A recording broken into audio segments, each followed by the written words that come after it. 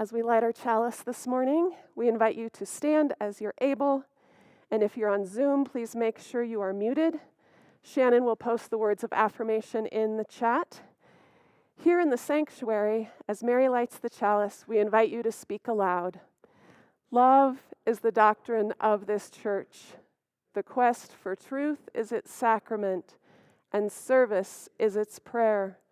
To dwell together in peace, to seek knowledge in freedom, to serve human need.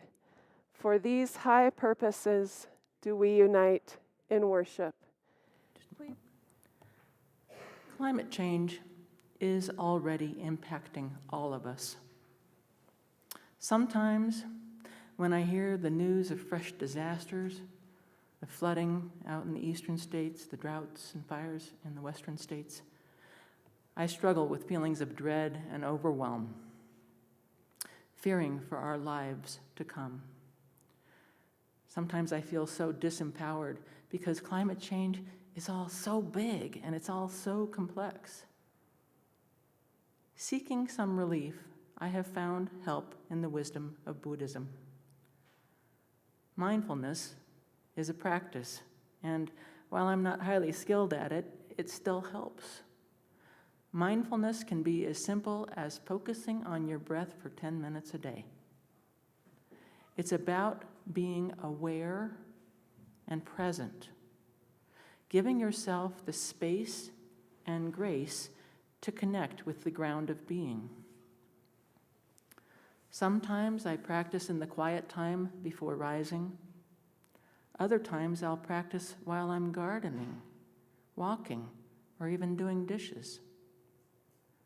Sometimes I capture glimpses of peace in the present moment, and when I can return home to my deeper self, it helps me respond to the world from a more centered place.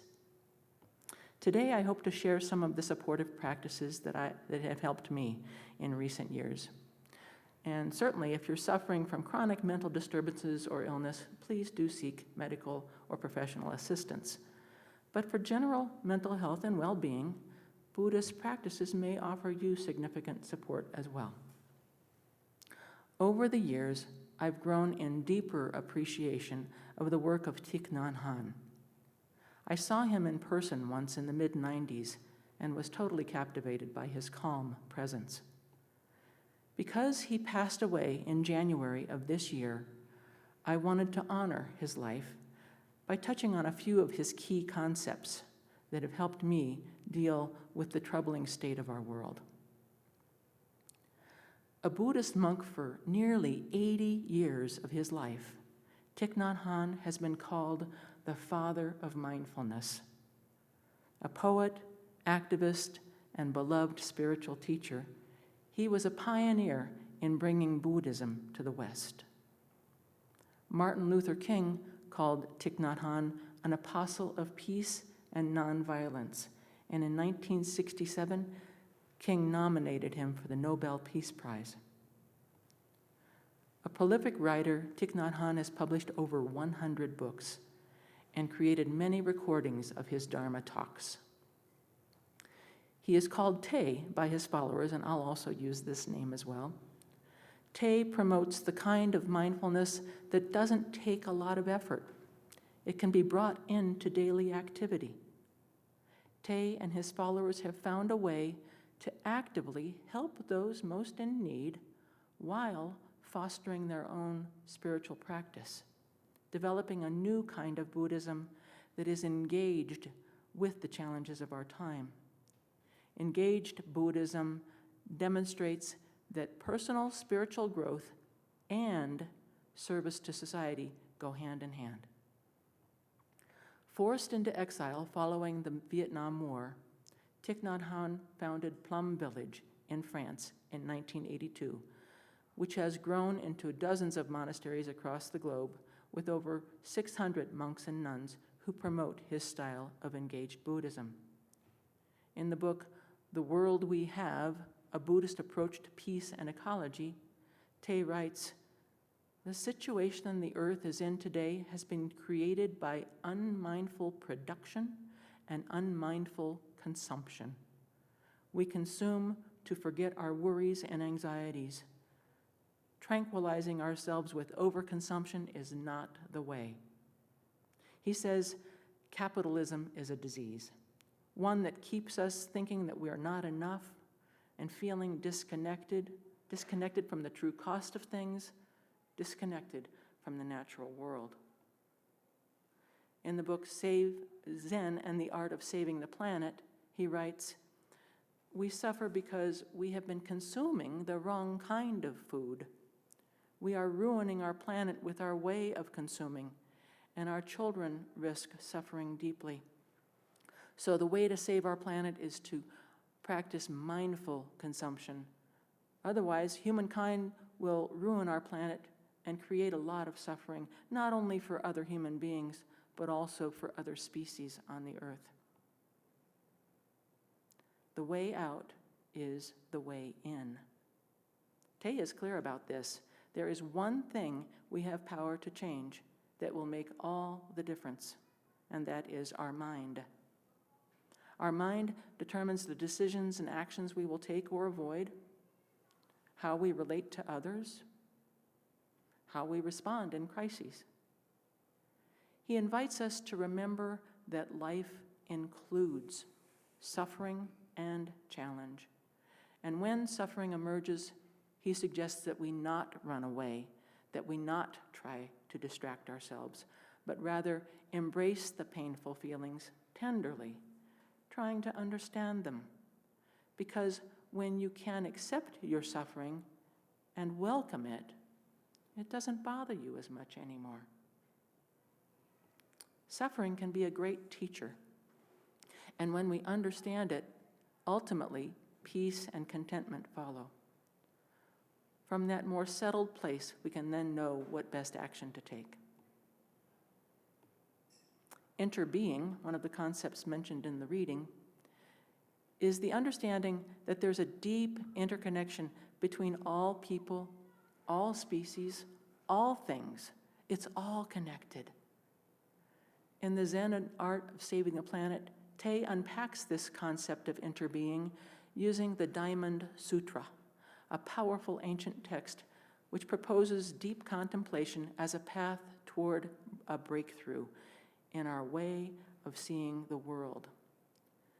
These practices provide a way to cut like a diamond through the stories that we tell ourselves about the way life is, so that we can get closer to a deeper, truer level of true reality.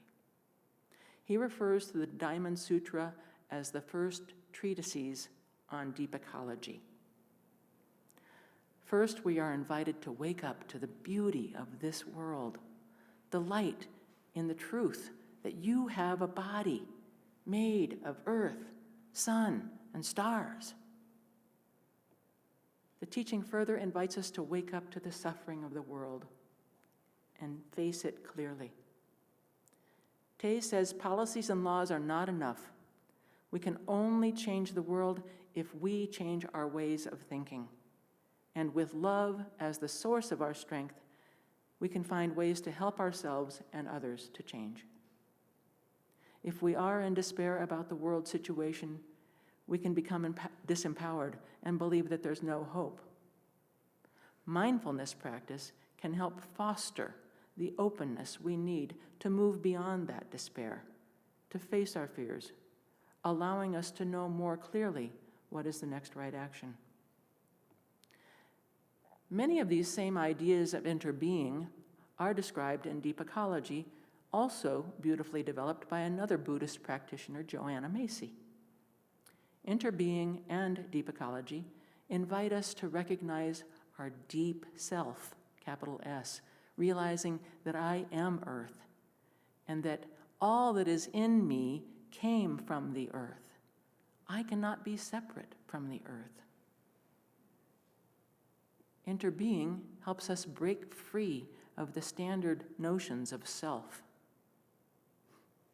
We are part of an entire deep time process that is constantly evolving and still changing. We are part of that continuum from which we evolved. Te equates this to being more like a stream. And in that stream, we see all of our ancestors, not only human ancestors, but plants, animals, and mineral ancestors as well. We are not a noun, but rather one big, long verb. To care for Earth is to care for ourselves. There is no separation, and there are no divisions. Further describing interbeing, Te says that we inter-are with all that is. We inter-are with all that is and all that has been. The present moment and eternity happen at the same time. Whose eyes are enjoying this rainbow? How many ancestors are enjoying it with you? We inter-are looking deeply at the wonders of life as one, being held in deep presence with all that is, appreciating what is around us, open and allowing it to nourish us. The well-being of the planet depends on the well-being of your body and mind, just as the well-being of your body and mind depends on the well-being of the planet. The wisdom of interbeing is important here. Another key concept that helps when dealing with the pain of climate change is recognizing the value of impermanence, that everything changes. Loss, death, destruction are just as much a part of how this universe operates as birth, abundance, and creativity. In the same way that a flower's ephemeral nature accentuates its beauty, impermanence reminds us that everything passes, and this too is necessary and beautiful. We will all die one day. Our civilization will also eventually die one day. Even our own species is impermanent. But that ephemeral nature is part of what makes it all so precious, right here, right now. How could we continue to live if it weren't changeless, if it were fixed? No, everything passes. And if we can accept the ephemeral nature of life, that will ease our suffering and enhance our appreciation. One other teaching of Buddhism that I have found helpful is non-attachment from views. Equanimity, or non-attachment, is not indifference or detachment from life, but rather non-attachment helps us move beyond dogmatism and rigid views. It helps us exist more openly and peacefully beyond the unsettled feelings of an uncertain future. Think about the farmer. We'll see. He practiced equanimity. By cultivating openness, by accepting and allowing the what-isness of life, equanimity provides a steadiness, a calm, an unshakableness in the midst of all things. By far, my greatest lesson has been to move forward with intention, but hold non-attachment to outcome. I can still act on my intentions. I just don't have to collapse into despair if things don't go as I hoped or planned. We may suffer much by the way we consume, and this too is part of something that we can control. Te reminds us to be mindful of what we consume, what we take in all form. He says there's 4 different kinds of nourishments, or nutriments as he calls them. One is the edible foods that we eat and drink, beverages. Next is our impressions that we receive, images, music, movies, websites. Our volitions, our deepest intentions, that's another form of what we consume. And our consciousness, what we consume in the collective energy around us. He says that these sources of nutriment can either be healthy or they could be toxic. So the way to save the planet is to have mindful consumption of healthier nutriments. Specifically on healthy volition, he says that maybe you have an intention to help others. That's a good kind of desire, a source of good nutriment. When you have good volition, you can change the direction civilization is going in. Healthy desires can give us strength, and that strong desire is the kind of nourishment that you need. That, together with collective aspiration, we can have even more energy to manifest what we want to realize. He says that with community, we can go farther. Together, we can embrace change, face our fears, and cherish the world we have. There's so much more wisdom available in Thich Nhat Hanh's writing, more than I can possibly condense here, so I do encourage you to explore his books and his Dharma talks for further inspiration. One idea from the song that we sang today: when I breathe in, I know that I'm breathing in. When I breathe out, I know that I'm breathing out. Just that much. When I breathe in peace. When I breathe out love. Tay invites us to savor the ephemeral beauty of our world, being fully aware and present to it, deeply experiencing the ultimate, living mindfully with intention to live simply and happily, seeking healthy nutriments, and living spiritually, which he says is necessary to Earth's healing. May we, in our lives, be fully arrived here at home in the now, and put to good use what time, energy, and desires we have to contribute, to re-energize the life-nourishing aspects of our society, working together to protect all life on this precious planet. May it be so, and blessed be.